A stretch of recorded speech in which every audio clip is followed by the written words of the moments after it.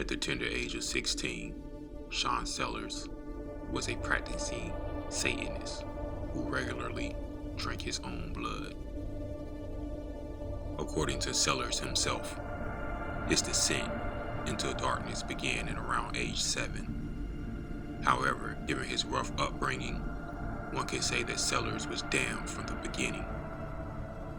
Sellers was born in California to a 16-year-old mother and an alcoholic father, the latter of whom abandoned the family when Sean was 3 years old. Sean's mother, Vonda, tried to bring stability to Sean's life by marrying truck driver Paul Bellofatto. The desired stability never came, and by the time Sean was 16, the family had moved over 30 times. Sean had other problems besides chronic moving.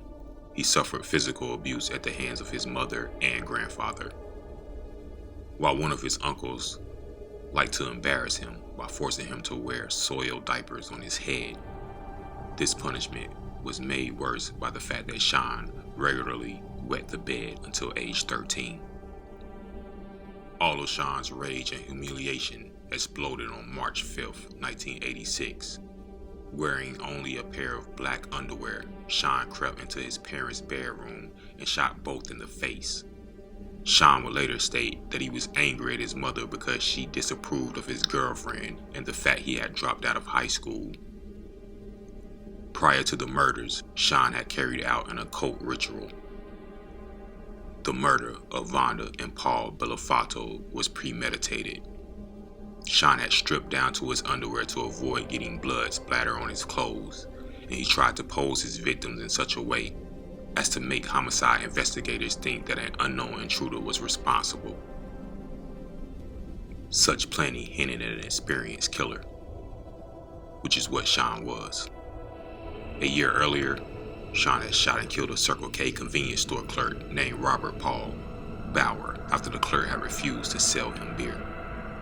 Sellers never hid the fact that he was responsible for all 3 murders.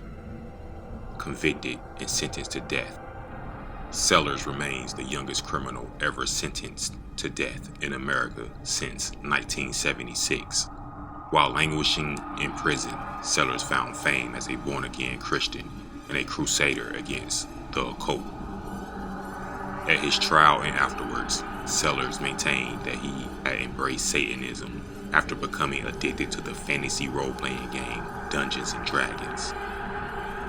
Sellers, who also claimed that he was at one time possessed by a demonic entity, became a fixture on television shows and conducted interviews with Geraldo Rivera and Oprah Winfrey.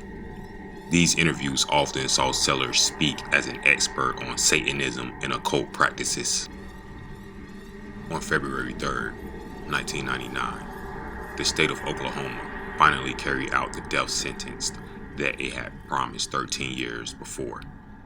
2 days before death, a petulant Sellers complained in his jailhouse diary that people kept bringing up the 1985 and 86 murders.